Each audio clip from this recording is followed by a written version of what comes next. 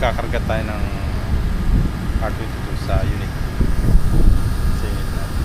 So itong unit natin mga boss, under charge na.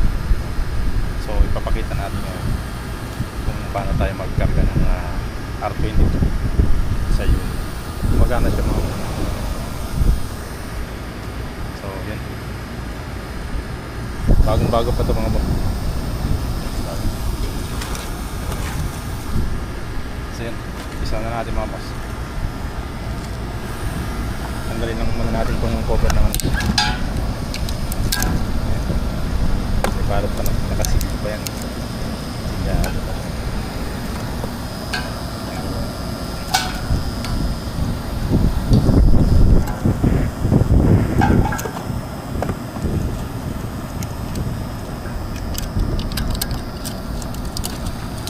Medyo matigas na nga, kaya liit mo natin ang style.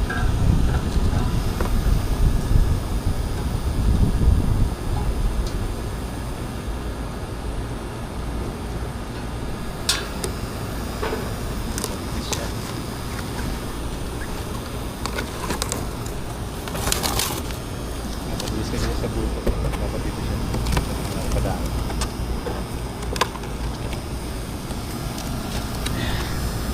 Kasi kung yellow mga boss, ito yung yellow niya, ito yung sa charging niya, pang karga niya. Ito natin ito ilalagay sa refrigerator. Kung mag-vacuum din tayo, dito rin siya gagamitin. Dito rin natin siya ilalagay. Lagay lang natin.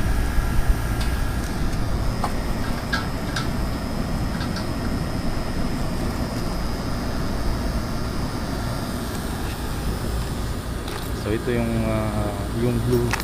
blue niya na hose mga boss. Ito siya para to sa low pressure side. So ilalagay natin siya sa suction line kasi yung suction line niya mga boss, low pressure to, dito tayo nagkakarga talaga.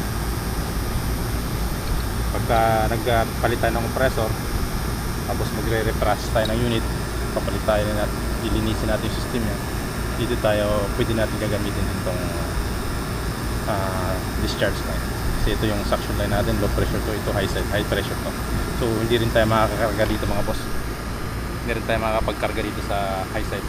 Kasi yung pressure lang nito nasa 150. Yung pressure nito aabot na ng 200 PSI to 225. So hindi papasok yung refrigerant niya. So yung ano lang nito, nasa 150 lang yung pressure ng R22, yung standing pressure.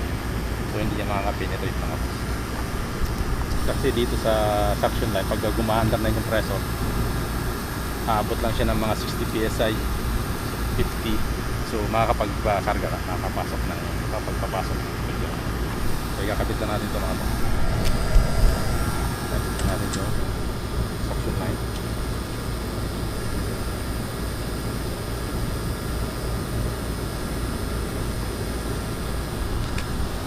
Tapos ito para to sa discharge mga boss. Dito yan, discharge na yan. Para kita din natin yung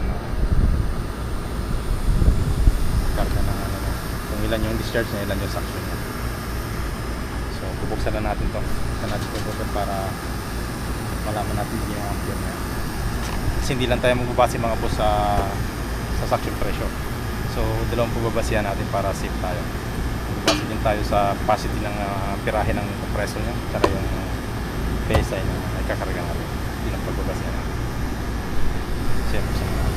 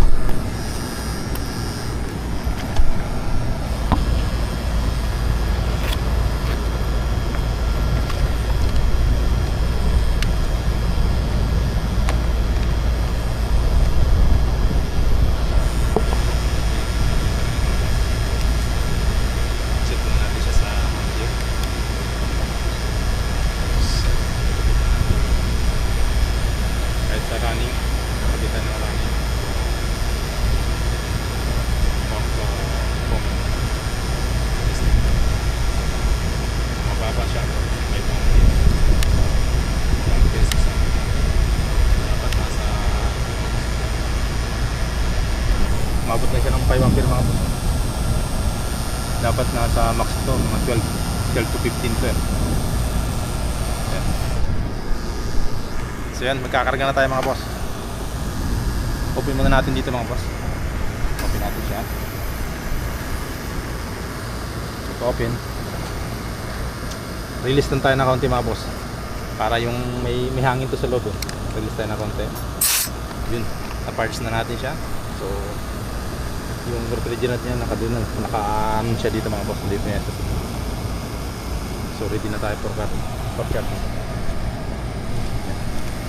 So re-release lang natin ng konti mga boss. Release lang natin siya. Yan. Kakarga na siya mga boss. Tapos off. Tingnan natin. Tumakit na agad siya mga boss. Kakarga ulit tayo. Papansin nyo mga boss yung discharge niya. Ito. Tumataas din siya. Habang nagkakarga ka, tumataas din siya. Ayan, tumataas din. Abot na siyang siguro mga 75 na siya. Malapit na rin sa 20 na tayo. So open pa natin, release pa natin. Kailangan mag-observe tayo sa 50 PSI mga boss. 50 to 70 tayo mag-observe. Okay siya, magwa 100 na siya. Sige, ito natin. Kung gusto mo naman safety ka mga boss, dito ka lang, ganyan ka lang. Lagyan mo lang siya 75. Dire-diretso yan. Hindi na yan siya hindi na yan siya magkakarga pagka reach niya ng 75. Mag-minti na siya kasi hinalin mo siya dito eh. Binalas mo siya dito sa valve niya. So kailangan nito mga 200 din siya para na mabuha niya yung limit.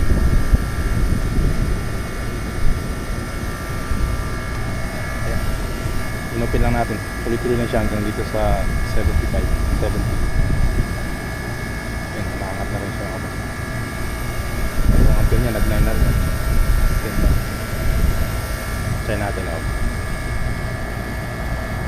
Sa mga 30 na yan siya mga boss. Sige, punta natin.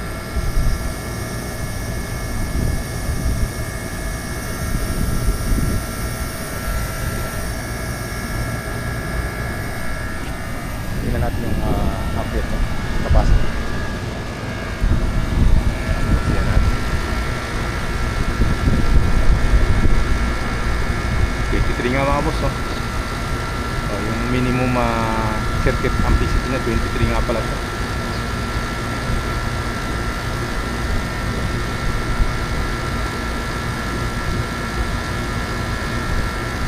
So minimum circuit amplicity niya 23.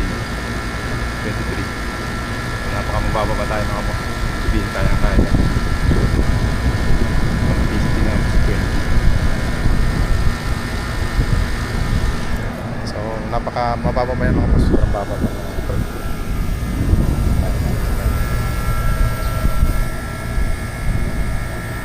50 PSI na siya, 30. 200 na siya mga boss. Ayan, 200 na. So mga 225. Ganda na dyan mga boss. Ganda na lamig yan. Lumalamig na rin yung sakto niya mga boss.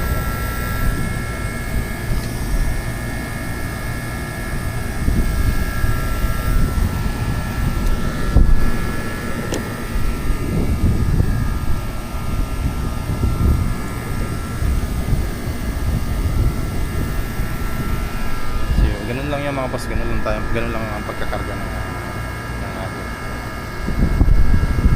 Sa RP dito kasi mga boss, kailangan nakatayo siya pag nagkakarga ka na kasi kailangan deeper lang yung pumapasok niya sa sakit niya. Kasi yung compressor ng R22 nakadesign lang yan para mag-compress lang siya ng vapor refrigerant.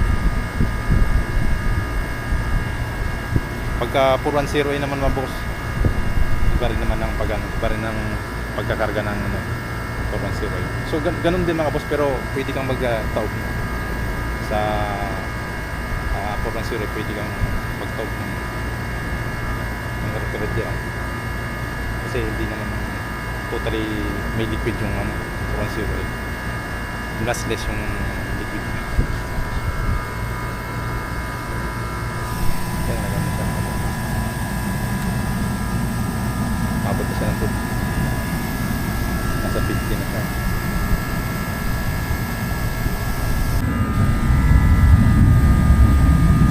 Magkarga tayo ng 75 PSI mga boss. Dito. Hindi natin kung di ba. Yun. Okay. 75 PSI.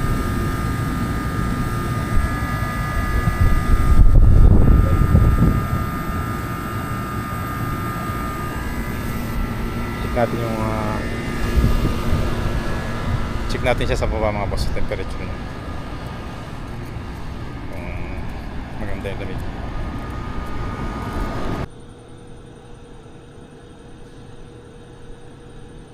Siya mga boss, dito 25, dito 27. So kailangan natin po magkarga mga boss. Kargahan pa natin. Kailangan equal siya, halos equal siya 17 degrees yung evaporator. Try natin dagdagan pa mga boss.